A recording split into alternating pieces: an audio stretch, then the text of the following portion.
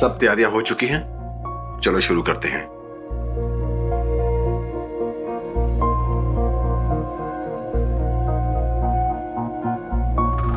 Sir, मैं doctor Praful को बुलाती हूँ। हाँ जल्दी बुला के ले आओ। Doctor Praful, doctor Praful.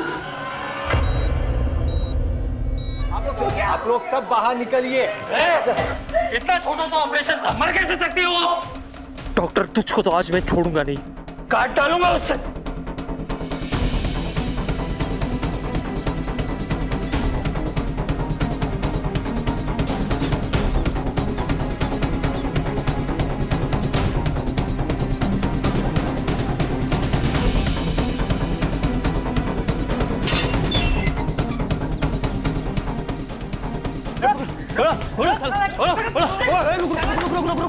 अबे पागल है क्या? देख नहीं रहा किसका घर है? अंदर जाएंगे तो फंस जाएंगे। बुड्ढे की पहुंच बहुत ऊपर तक है। तो क्या हुआ? इतना डर क्यों रहे हैं? घुस के खींच लाते ना उसको। देख, तुझे जाना है तो जा, हम लोग रिस्क नहीं लेंगे। अरे यार, पैसे कैसे मिलेंगे? चल बाद में आते हैं। अरे रुक विजय, बाहर आ, नहीं तो दरवाजा तोड़ के अंदर आ जाएंगे।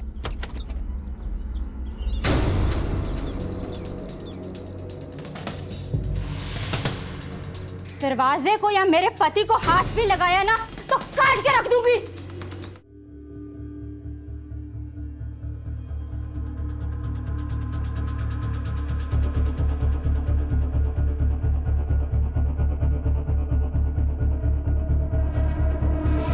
क्या हो रहा है यहाँ पर? शास्त्री जी, आपके दामाद विजय ने हम लोगों से लाखों रुपए लिए और अब वापस नहीं कर रहा है। हाँ बिल्कुल नहीं दे रहा है वो।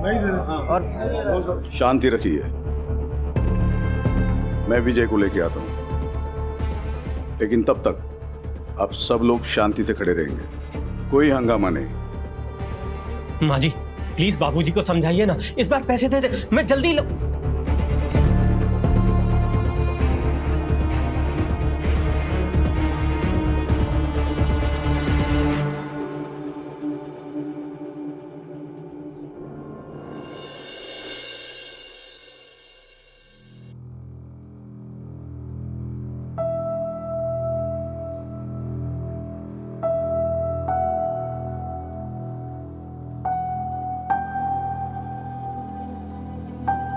हेलो, केशव शास्त्री बोल रहा हूँ। आप यहाँ हमारे घर आ जाइए तुरंत। बाबूजी, बाबूजी मैं आपका दामाद हूं, आप ऐसा नहीं कर सकते। ये लोग मुझे मार देंगे, आपकी बेटी भी।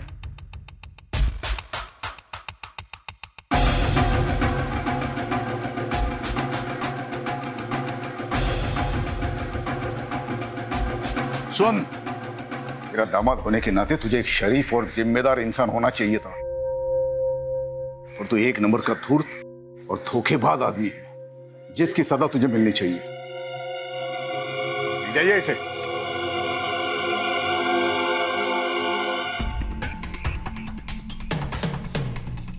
मैं चाहता हूं कि आप सभी को न्याय मिले, और जिस किसी को भी मेरे दामाद विजय से प्रॉब्लम है, वो बिना कानून अपने हाथ में लिए पुलिस की मदद ले ले, वरना वो भी मेरी नजर में उतना ही गुनहगार होगा जितना कि विजय। बाबूजी, बाबूजी आपने ये सही नहीं किया। विद्या, अपने बाबूजी से ऐसे बात करते हैं? विद्या, सही क्या है गलत क्या है तुमसे सीखने की जरूरत नहीं है मुझे। और बाबूजी ने वही किया जो एक शरीफ इंसान को करना चाहिए। मक्खन लगाना बंद करो, अगली बारी तुम दोनों की। तुम्हें क्या लगता है मुझे पता नहीं कि मेरी गैर मौजूदगी में तुम दोनों मेरे दवाखाने में क्या करने जाते हो? सारे पेपर्स मैंने ऑडिट के लिए भेज दिए हैं। ऑडिट का रिपोर्ट आएगा तो तुम दोनों को भी भेज दूंगा जेल में हवा खाने के लिए।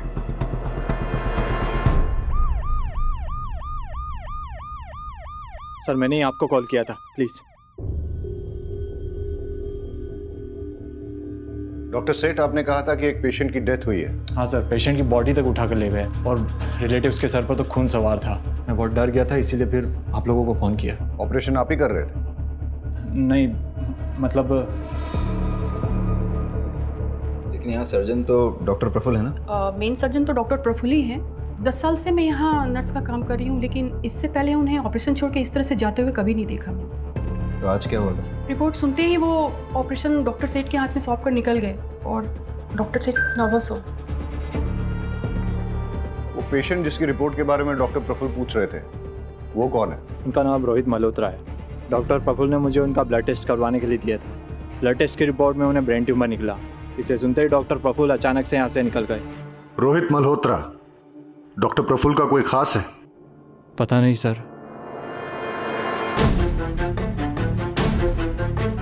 डॉक्टर प्रफुल्ल एक रैंडम आदमी रोहित मल्होत्रा, उसकी रिपोर्ट्स के बारे में जानने के बाद एक 5 साल की बच्ची को चलते हुए ऑपरेशन के बीच छोड़कर चले गए। पता करो ये रोहित मल्होत्रा कौन? रहीमी, डॉक्टर प्रफुल्ल के कॉल डिटेल्स निकालो और लोकेशन ट्रेस करने की कोशिश करो। और ये आदमी जो डॉक्टर प्रफुल्ल के पीछे भागा है, पता करो कौन है। Okay sir. Sir doctor Praful के लैंडलाइन फ़ोन के लास्ट डायल नंबर के मुताबिक उन्होंने न्यूरोलॉजिस्ट डॉक्टर मीनल शाह से कांटेक्ट किया था। जब हमने मीनल शाह से बात करने की कोशिश की, उन्होंने पेशेंट के बीच की कॉन्फिडेंशियलिटी का हवाला देकर हमसे बात करने से मना कर दी। रोहित मल्होत्रा की रिपोर्ट्स मिली?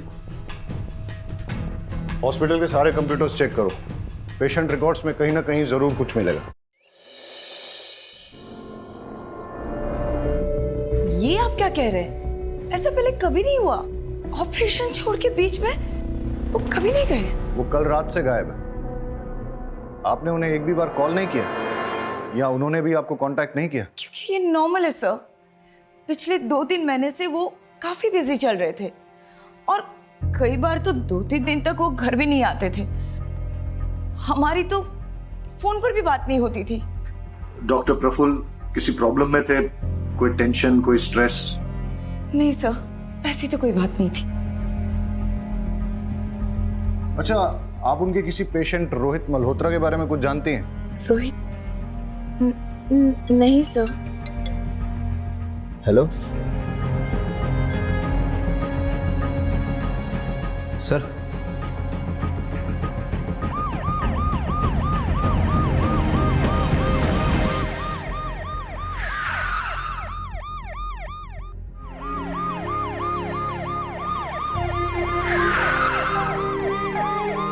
ये सब धरना कर रहे हैं। जब तक आप लोग डॉक्टर प्रफुल्ल को गिरफ्तार नहीं कर लेते, तब तक हम लोग ना यहाँ से जाएंगे और ना पिंकी का अंतिम संस्कार करेंगे। हमको न्याय चाहिए, न्याय। अरे न्याय तब मिलेगा जब डॉक्टर प्रफुल्ल मिलेंगे। अभी तो उनका पता ही नहीं है। पुलिस ढूंढ रही है उन्हें। तो जैसे ही हमें मिल जाते हैं, हम उनके खिलाफ मेडिकल नेग्लिजेंस का केस चलाएंगे। लेकिन गलती पिंकी के मामा मंगू की भी है। हॉस्पिटल में तोड़फोड़ करने का इल्जाम है उस पर। और अगर गलती से उसने डॉक्टर प्रफुल्ल के साथ कुछ उल्टा सीधा किया ना, बहुत बुरा फंसेगा। इसलिए आप हमें बता दीजिए कि मंगू कहाँ है? मुझे नहीं पता। देखिए, आप मेरी बात सुनिए और समझने की कोशिश कीजिए।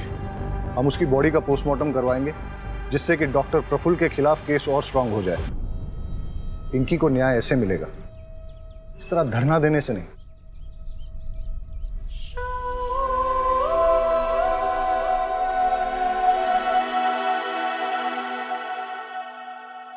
गांव वालों पे नजर रखो।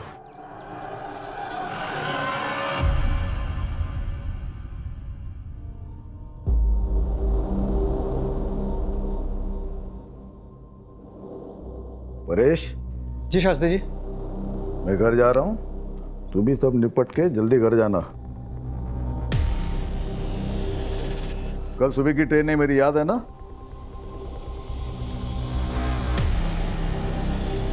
जी शास्त्री जी। हाँ, एक मिनट, अभी देता हूँ। नमस्ते। जी देखिए ना, केवल लगवा लिया। दुकानदारी बढ़ गई, लोग आने शुरू हो गए। बढ़िया है, बस इसी तरह तरक्की करो। मेरी शुभकामनाएं तुम्हारे साथ है।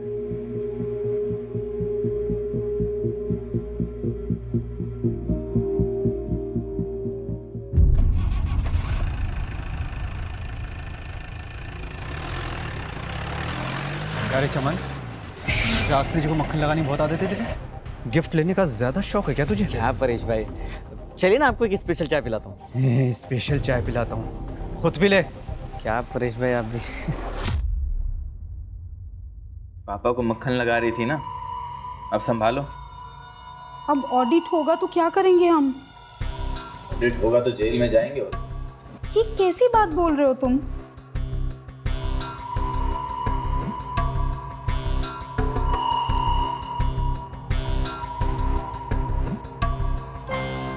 कुछ बोलोगे तुम? मुझे बहुत डर लग रहा है। तू टेंशन मत ले, सब संभाल लिया मैंने। कल अपनी जिंदगी बदलने वाली है। सच्ची?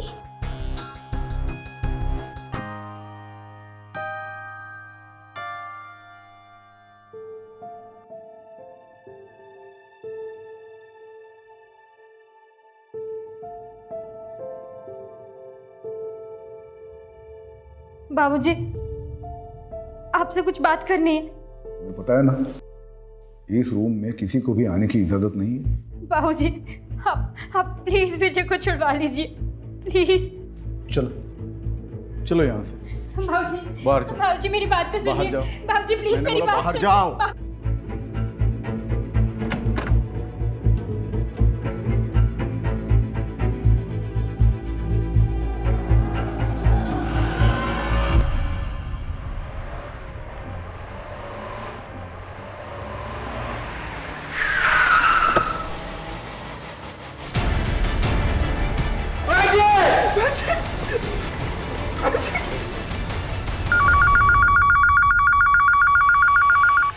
हेलो सर, एक कटा हुआ हाथ मिला यहाँ। क्या? कहाँ?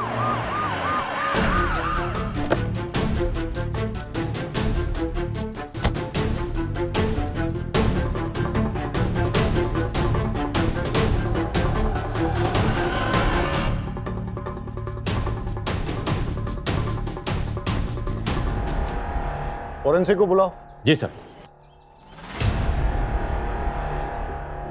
कट को देखकर ऐसा लग रहा है कि हाथ को किसी घरेलू हथियार से काटा गया है। सब नाखून उखाड़े गए, मतलब टॉर्चर। लगता नहीं है यहाँ कोई सीसीटीवी मिलेगा। इन लोगों से पूछताछ करो, देखो कुछ और इन्फॉर्मेशन मिलती है क्या। कब देखा ये? बहुत सारे चील कौवे उड़ रहे थे और आके देखा तो हमने पुलिस को फ़ोन लगाया। तुम लोगों ने कुछ ऐसा देखा जो बहुत अजीब हो? नहीं सर, किसी को आते जाते कुछ फेंकते हुए? नहीं सर। आसपास के सारे पुलिस स्टेशंस और हॉस्पिटल्स में पता करो कि किसी की कोई मिसिंग रिपोर्ट है क्या, या किसी ऐसे आदमी की इंफॉर्मेशन जिसका हाथ कटा हो या फिर हाथ इंजर्ड।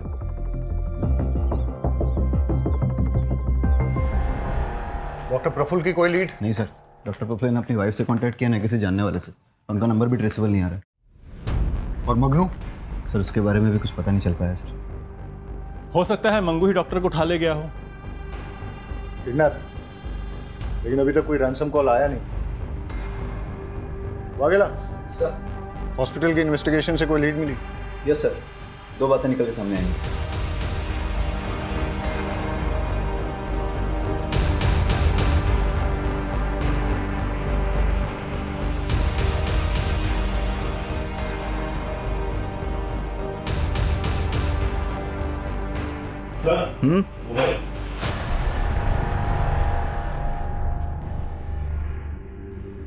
डेटा निकाला इसका? सर फोन में 256 बिट इंक्रिप्शन है, लेकिन हम क्रैक कर लेंगे। सर एक बात और, रोहित मल्होत्रा की रिपोर्ट्स की हार्ड कॉपी तो नहीं मिली, लेकिन लैब के कंप्यूटर से कुछ हाथ लगा है।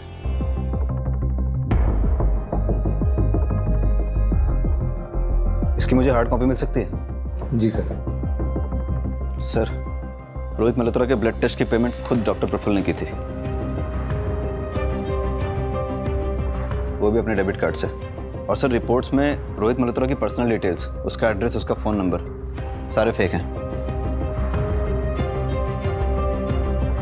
पेशेंट का नाम छुपाने के लिए इतनी मेहनत? सर हो सकता है रोहित डॉक्टर प्रफुल्ल का कोई करीबी हो, इसलिए उसकी रिपोर्ट के बारे में सुन के वो घबरा गया था। तो सर डॉक्टर प्रफुल्ल के मोबाइल में उसका नंबर सेव होना चाहिए। हो सकता है इस मोबाइल में सेव हो।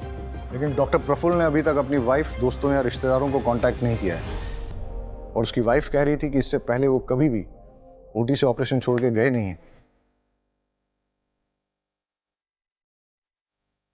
Very interesting. रोहित मल्होत्रा की एज 46 साल, डॉक्टर प्रफुल्ल की एज भी 46 साल, दोनों का ब्लड ग्रुप AB नेगेटिव, और ये डॉक्टर प्रफुल्ल के मोबाइल के लास्ट 3 डिजिट्स 436। रोहित मल्होत्रा के मोबाइल के आखिरी 3 डिजिट 643। इतना बड़ा कोइंसिडेंस नहीं हो सकता। डॉक्टर प्रफुल्ल और रोहित मल्होत्रा का डीएनए मैच करके देखो। अगर मैच नहीं होता है तो फिर रोहित मल्होत्रा को ढूंढना पड़ेगा। मैच हुआ तो डॉक्टर प्रफुल्ल ही रोहित मल्होत्रा है और उसे ब्रेन ट्यूमर है।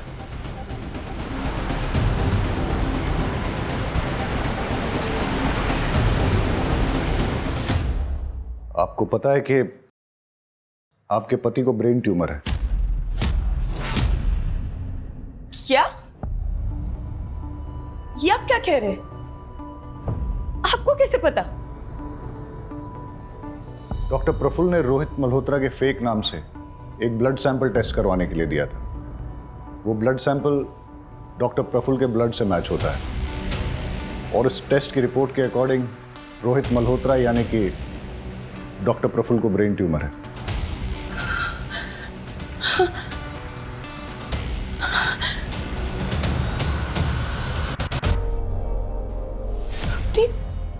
बीमारी तक मुझसे छुपाने लगे। पहले ऐसे नहीं थे, सब बताते थे मुझे, बहुत प्यार करते थे। पता नहीं क्या हो गया, क्यों? आप प्लीज उन्हें ढूंढिए, प्लीज। आप चाहे ना माने पर वो बुरे इंसान नहीं है। आप प्लीज उन्हें ढूंढ दीजिए, प्लीज प्लीज।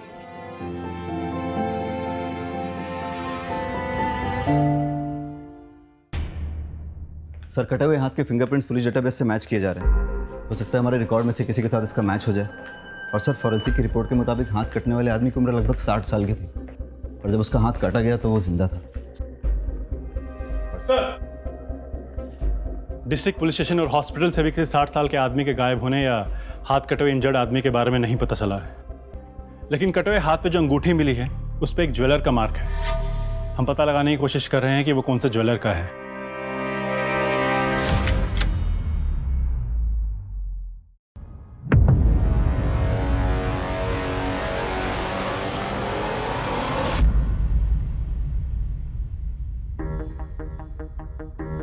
परेश भैया, ये सब दवाखाना कैसे हो गया? तू निकल यहां से। मैंने तुझसे कहा ना, निकल यहां से। चल निकल यहां से।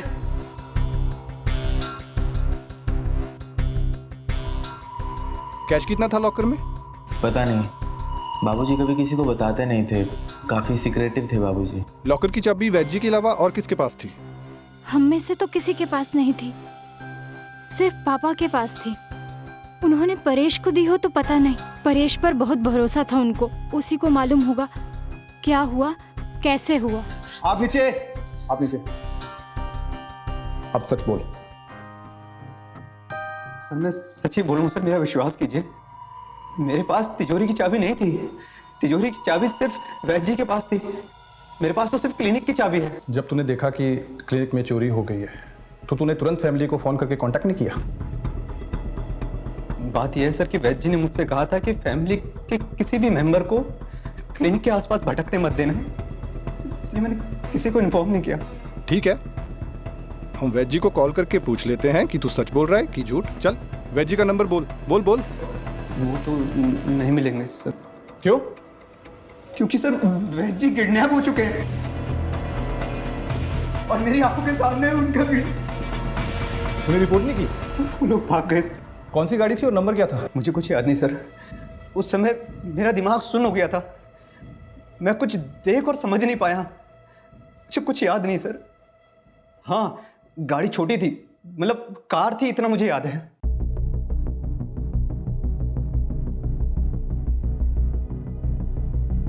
शास्त्री जी कहाँ हैं?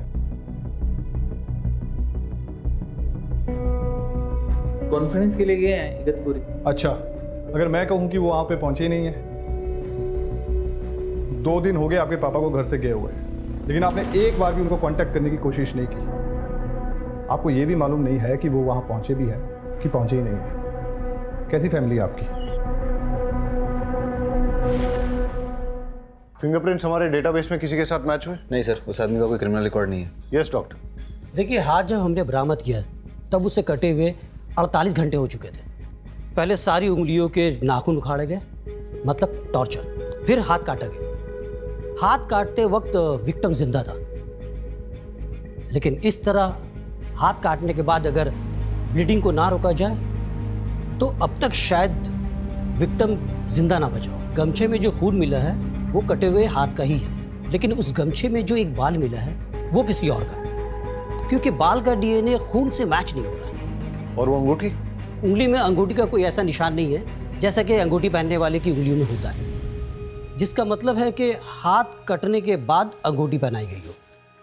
क्यों कोई किसी का हाथ काटकर उसमें अंगूठी पहनाकर फिर हाथ को फेंक देगा? क्या वजह हो सकती है? हो सकता है हमें कोई क्लू देने की कोशिश कर रहा हो, या क्रिमिनल हमें मिसलीड कर रहा है। यानी कि क्रिमिनल या तो निहायत ही बेवकूफ़ है या फिर बहुत ही डेयरिंग, जो हमें चैलेंज करने की कोशिश कर रहा है। लेकिन सर, पुलिस को कोई चैलेंज क्यों करेगा? होते हैं कुछ साइको ऐसे।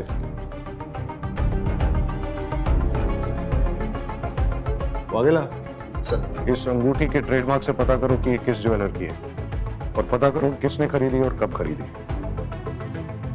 ठीक है सर। Thank you doctor. तो डॉक्टर प्रफुल्ल के कैबिन में मिला फोन डिक्रिप्ट हो गया है। हमें उसमें कुछ फोटोग्राफ्स और 10 फोन नंबर मिले हैं। उन नंबरों को नाम के साथ सेव नहीं किया गया है। इंटरेस्टिंग। पता करो ये 10 फोन नंबर किसके नाम पे रजिस्टर्ड हैं और इन सब से कांटेक्ट करो। और ये जो फोटोग्राफ्स हैं वो किसके हैं? सो डॉक्टर प्रफुल्ल के और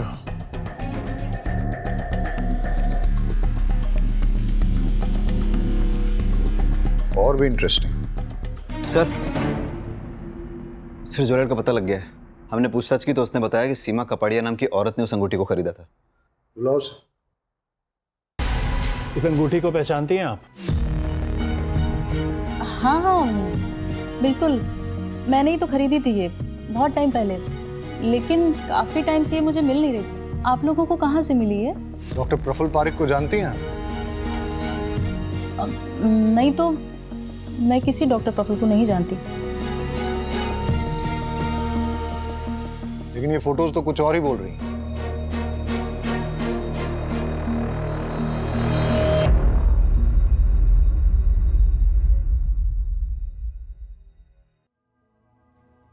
एक्चुअली सर, मैंने ही ये अंगूठी प्रफुल्ल को दी थी। वो कॉलेज टाइम में हम साथ थे, हमारा अफेयर चल रहा था।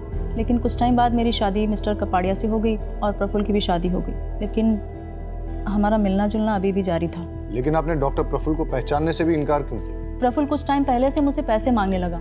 कह रहा था कि उसके हॉस्पिटल में कुछ लॉस चल रहा है। मैंने स्टार्टिंग में तो पैसे दे दिए, लेकिन वो मुझसे बार बार पैसे मांगने लग गया। जब मैंने मना किया तो मेरी कुछ फ़ोटोज़ उसके पास थी, मुझे ब्लैकमेल करने लग गया। तो फिर आपने क्या किया? मैं क्या करती सर, किसी ना किसी तरह पैसे का अरेंज करके उसको देती रही, लेकिन उसकी डिमांड्स बढ़ती जा रही थी। इसलिए आपने उसको गायब करवा दिया या फिर मार ही दिया? नहीं नहीं, बिल्कुल भी नहीं सर। सर मैंने ऐसा बिल्कुल नहीं किया है सर, ट्रस्ट मी, मैंने कुछ भी नहीं किया सर, कुछ नहीं किया। अंगूठी तो डॉक्टर प्रफुल्ल की है और कटा हुआ हाथ किसी और का है। दोनों में कोई ना कोई कनेक्शन तो होना चाहिए। कैसा कनेक्शन सर? आपको लगता है ये हाथ काट कर डॉक्टर प्रफुल्ल ने डंप किया है? पाठक, डॉक्टर प्रफुल्ल के गायब होने से पहले वो हाथ काटा गया है, और डॉक्टर प्रफुल्ल किसी का हाथ काट के उसे अपनी अंगूठी क्यों पहनाएंगे? वो अपने ही खिलाफ कोई क्लू क्यों प्लांट करेंगे? हो सकता है कोई ऐसा तीसरा आदमी हो जिसका इन दोनों के साथ कनेक्शन हो।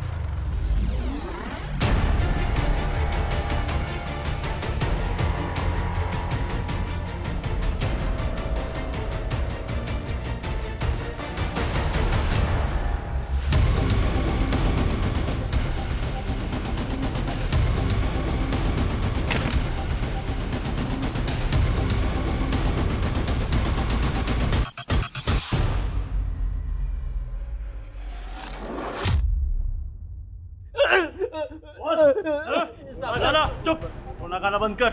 ये बता डॉक्टर प्रफुल्ल कहाँ है? मुझे कुछ नहीं पता। बता, बोल। मैं तो आपके डर के वजह से मैं चुप रहा था साहब। मेरे पास खाने के भी पैसे खत्म हो गए थे साहब, इसलिए मैं गाँव पैसे लेने गया था। तू बताता है डॉक्टर प्रफुल्ल कहाँ है या दुए? साहब मुझे नहीं पता साहब, पता होता तो मैं खुद ही उसको मार देता। अब तक आपको उसकी लाश मिल चुकी होती साहब। साले की किस्मत बहुत अच्छी है, उस दिन बच के भाग गया मेरे हाथों से साहब।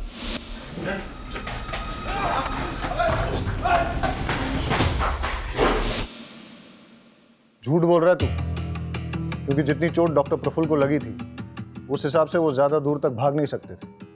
पक्का तेरे ही हाथ लगे होंगे। मैंने ढूंढा था साहब, पर मिला नहीं मुझे वो। और आप मुझसे सवाल पूछ रहे? अरे उससे जाके पूछिए ना, जिसके वजह से मेरी 5 साल की भांजी मर गई सब।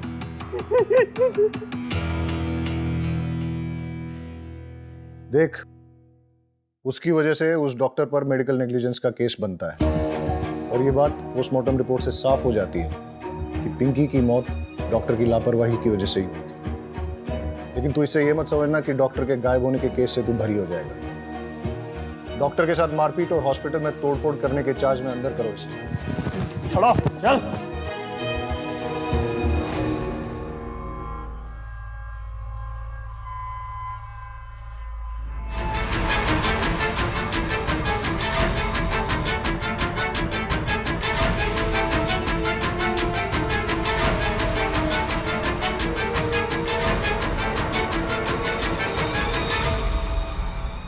सही कहा था आपने कि वैद्य जी किसी को भी अपना लॉकर छूने नहीं देते, लेकिन हमें वहां पर एक और फिंगरप्रिंट मिले हैं और वो आपके हैं। मैंने कोई चोरी नहीं की है सर। माँ देखिए ना ये क्या कह रहे हैं, बताइए ने। हाँ माँ जी, उन्होंने कुछ नहीं किया है। मैंने कोई चोरी कुछ नहीं किया है सर। मैंने कुछ नहीं किया है तो फिर डर क्यों रहे हो? तलाश लो। सर तलाशी किस बात की जब मैंने कुछ किया ही नहीं है।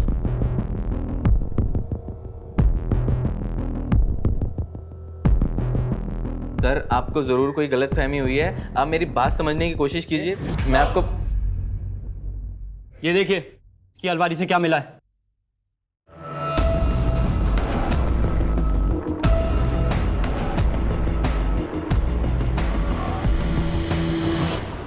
सर, जो 10 फ़ोन नंबर प्रफुल्ल के सीक्रेट फ़ोन से मिले थे उन सब से कांटेक्ट किया। ज़्यादातर लोग बात नहीं करना चाहते, लेकिन जो सबसे फ्रीक्वेंट कॉलर मेहता है वो मिलने को तैयार है, उसे बुलाया है। चलो देखते हैं मेहता क्या कहता है। एक नंबर का फ्रॉड है सर। इलाज के नाम पर लाखों का चूना लगा दिया। पहले बोला कि मिरेकल, फिर जब कोई फायदा नहीं हुआ तो बोला कि एक्सपेरिमेंटल था। एक्सपेरिमेंटल? जरा खुल के बताइए, कौन सा, किस बीमारी का इलाज? सर मैं इम्पोर्टेंट हूं, नामर्दानगी का इलाज करा रहा था। सर मेहता और बाकी 9 लोग जिनके नंबर उस फोन में से मिले थे उनका कच्चा चिट्ठा निकालते हैं। हो सकता है इनमें से किसी ने डॉक्टर प्रफुल्ल से बदला लेना चाहा हो सकता है कि तुम्हारी थ्योरी सही हो, लेकिन ये एक इलीगल ट्रायल है, इसलिए सारे ट्रांजैक्शंस कैश में होंगे और सारी डीलिंग सीक्रेट होंगी। सर मेरे वाली बात प्रफुल्ल और इन 10 लोगों के अलावा भी तो किसी को पता हो सकती है। हाँ, पर किसको?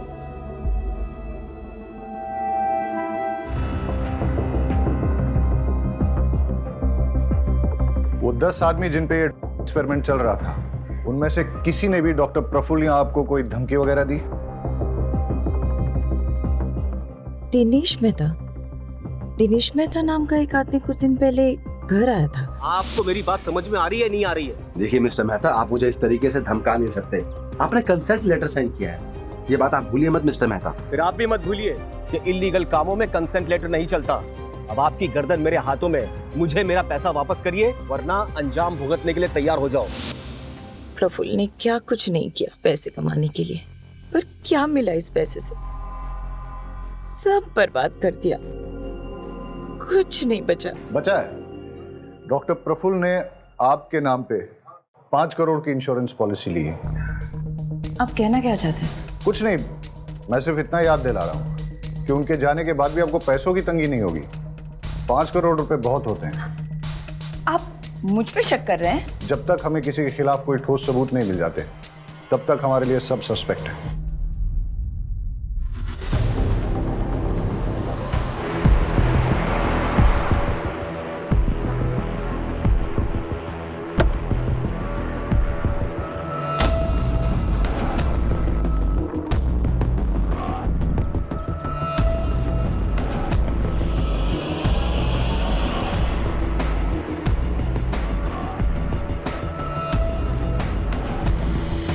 सर मुझे तो एक कटे हुए हाथ वाले केस का पार्ट लग रहा है। देखिए ना, इस पैर को ऐसी जगह डंप किया है जहाँ पे आसपास सीसीटीवी कैमरा होना मुश्किल है। वागेला रहीमी, आसपास चेक करो, कुछ और क्लू मिलता है क्या?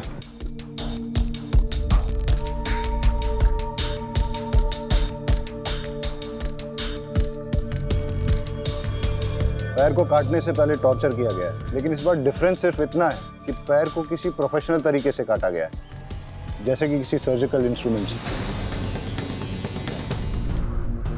हो सकता है कि हम सही हो, ये कटा हुआ पैर और वो कटा हुआ हाथ एक ही बॉडी का हो। डीएनए मैच करा के देखते हैं और देखते हैं कि फॉरेंसिक की इन्वेस्टिगेशन से क्या मिलता है।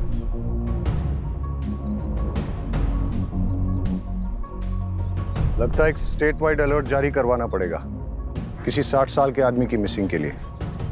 सर खंबात पुलिस स्टेशन से एक अलर्ट आया है सर, वहाँ की पुलिस एक 60 साल के मिसिंग आदमी को ढूंढ रही है। उन्हें एक 60 साल के आदमी का कटा हुआ हाथ और पैर भी मिला है। कौन कांटेक्ट करो? Okay sir. आप हमें केशव शास्त्री का डीएनए सैंपल भेज दीजिए, हम कटे हुए हाथ और पैर के डीएनए से मैच करके देखते हैं और आपको अपडेट करते हैं।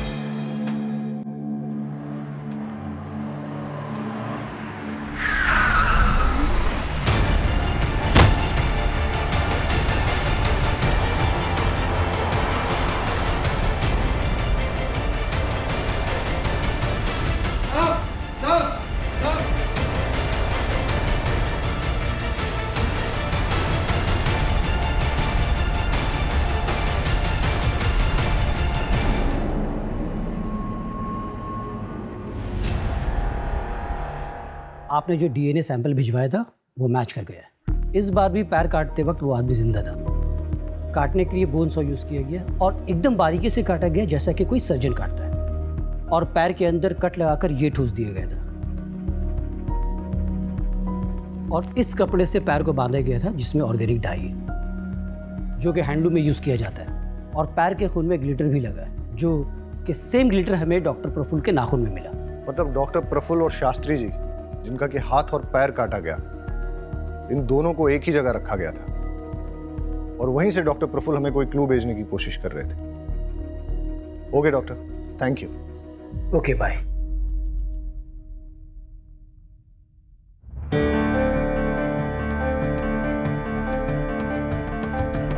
ये बीड्स, हैंडलूम और इस कपड़े में जो ऑर्गेनिक डाई लगी है, ऐसा काम तो आसपास के एरिया में एक ही गांव में होता है। मतलब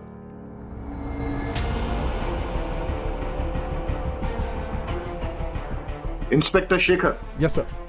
मैंने आपको यहाँ इसलिए बुलाया है क्योंकि हमें विक्टिम की लोकेशन का पता चल गया। आप लोग भी चलिए हमारे साथ। सर।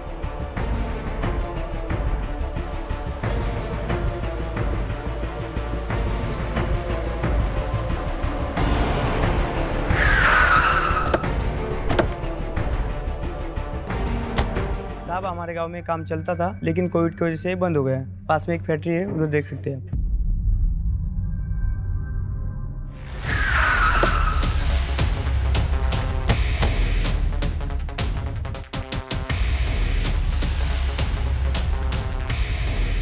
शास्त्री भाई ये मर जाएगा, अबे छोड़। चल हम निकलते हैं। नहीं हा? नहीं नहीं छोड़ उसको।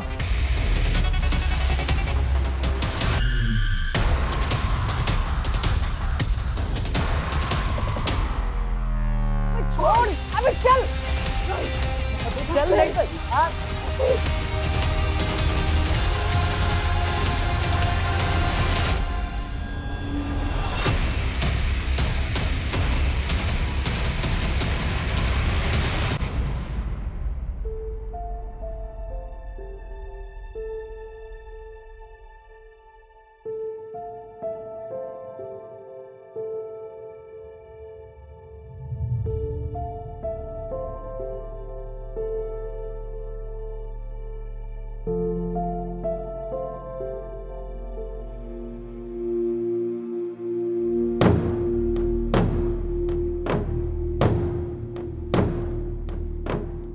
यही वो किताब है ना जिसके पीछे तुम लोग पढ़े थे।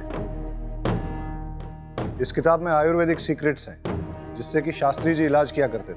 तुम लोगों को क्या लगा तुम इस किताब को हासिल करके शास्त्री जी जैसे अमीर बन जाओगे? सर, प्लान छोटा नहीं था। एक बुक को पढ़कर हम लोगों को दवाइयाँ बनानी थी, फिर उसे बड़े बड़े कंपनीज में बेचना था। प्लान मस्त था, लेकिन साहब गुस्से में आकर सब गड़बड़ कर दिया चमन भाई। अबे ये क्या किया तूने? पागल हो गया क्या तू? कुछ पता ही नहीं रहा है। चल पास का हॉस्पिटल से डॉक्टर बुला के लाते हैं। डॉक्टर तुझको तो आज मैं छोड़ूंगा नहीं।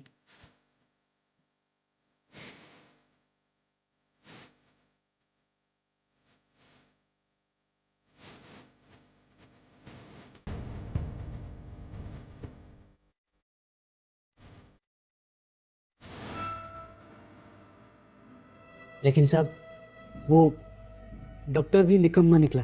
तो इसलिए तुम लोगों ने डॉक्टर प्रफुल्ल को भी मार दिया? मेरे प्लान के बीच में कोई नहीं आ सकता, चाहे वो डॉक्टर हो चाहे शास्त्री। मैं दवाई बना के बेच कर रहा हूँ। सर, लगता है पागल हो गया है।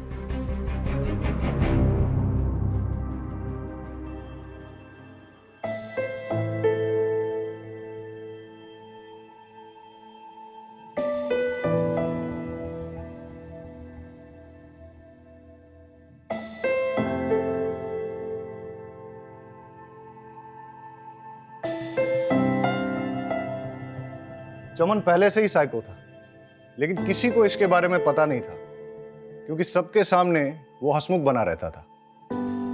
चमन ने सोचा कि अगर वो किसी तरह से शास्त्री जी की किताब को हासिल कर लेता है तो वो शास्त्री जी की तरह ही संपन्न बन जाएगा।